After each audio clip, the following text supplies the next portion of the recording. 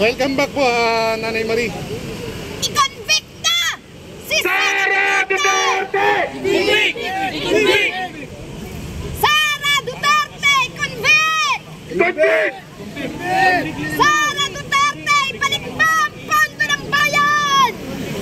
Convict na lang. Convict na si Sara Duterte! Sara Duterte, i-convict! Convict! Sara now!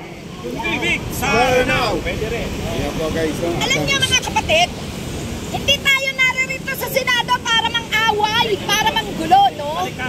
Narito tayo para hingin sa kanila ang tamang kasagutan sa pagpapaharap kay Sara Duterte sa kanyang impeachment case.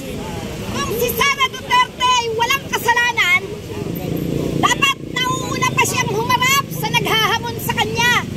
Di ba matapang ang mga Duterte? Bakit wala siya? Bakit di siya humaharap ngayon sa mga akusasyon sa kanya sa paglustay niya ng pondo ng bayan?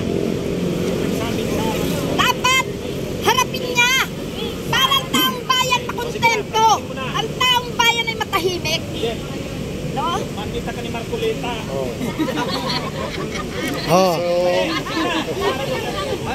Sara Duterte! Convict! Convict! Convict! Sara now!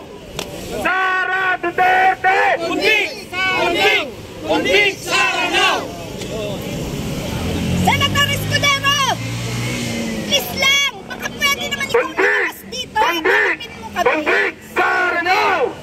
Baka pwede naman i-explain mo sa amin bakit hindi na-delay. Convict! Convict! Sara now! Ano ba talaga ang dahilan? Wala naman kami nakikita ang dahilan eh. Sara Duterte ka lang. Hindi pa nga. Hindi pa nga nag-uumpisa ang eleksyon na ipasa na ng Kongreso ang mga papel sa kaso ni Sara Duterte. February pa na. Sara Duterte! Convict! Convict!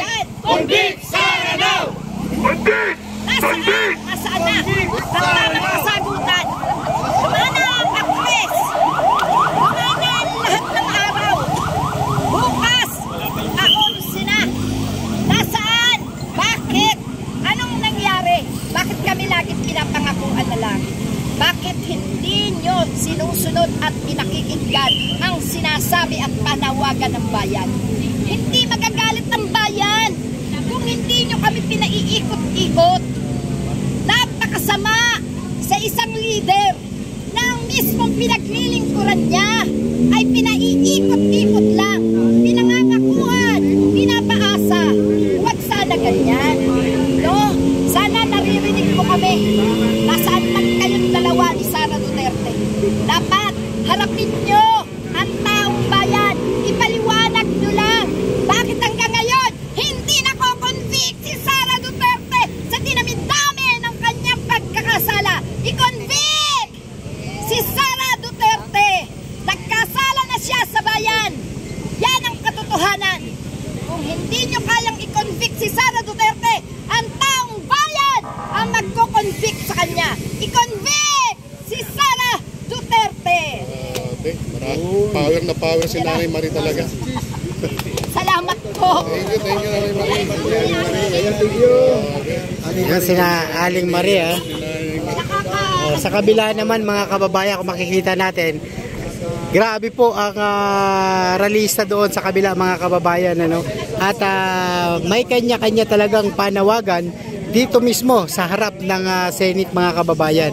Kung makikita natin, no, ay patuloy po ang pagdating po ng iba't ibang grupo dito sa harap mismo ng Senate. Katulad po nito, Bunyog po dumating po ngayon mga kababayan.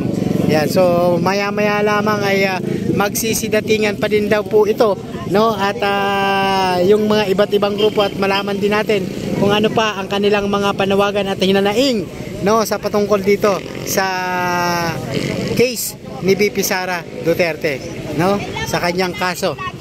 Ayan. Papalagi ang tayong sisigaw para lang tayo. Hindi naman sila mga tingin. Bakit? Yes, napakapagod na. Pero hindi.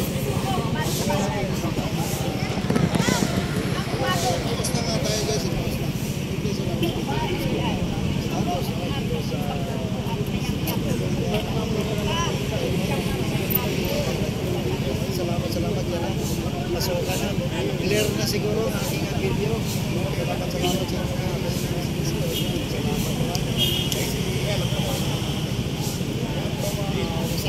Uy, naka-tatlong start na ako. Mga idol ko, mga idol ko. Salamat. At parang balik ako ng isang aboy sa tawa.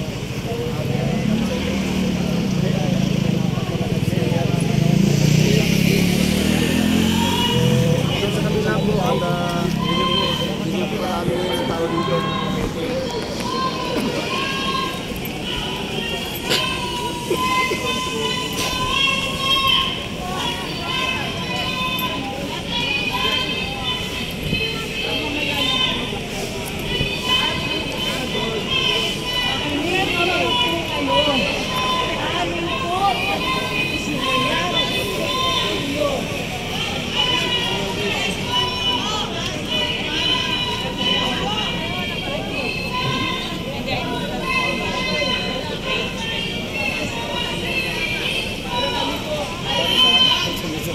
Ilang grupo dito, may grupo doon.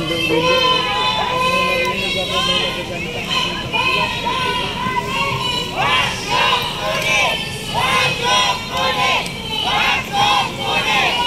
Sige po mga kasama, patungwagin na po natin ang huling nakapagsalita. Si kasamang Remedios Cabello mula po sa aktibong Pinusan kung sa isang bayan o active. Sa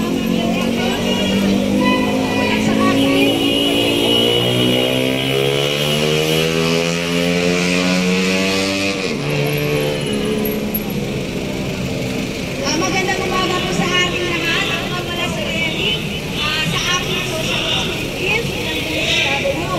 Kami po ay nananawagan na huwag munang ipasa ang universal healthcare o amendment po. At saka kami nanawagan na huwag mo itong matagilin. At huwag mo ito batas, unahin na kalusugan ng mga mayang Pilipino at huwag mo na ang sariling interest. Okay, universal healthcare natin! Ipaglaban! Ipaglaban! Universal healthcare! Salamat po, universal healthcare natin, huwag basagin. Sa mga Legos, at dahil may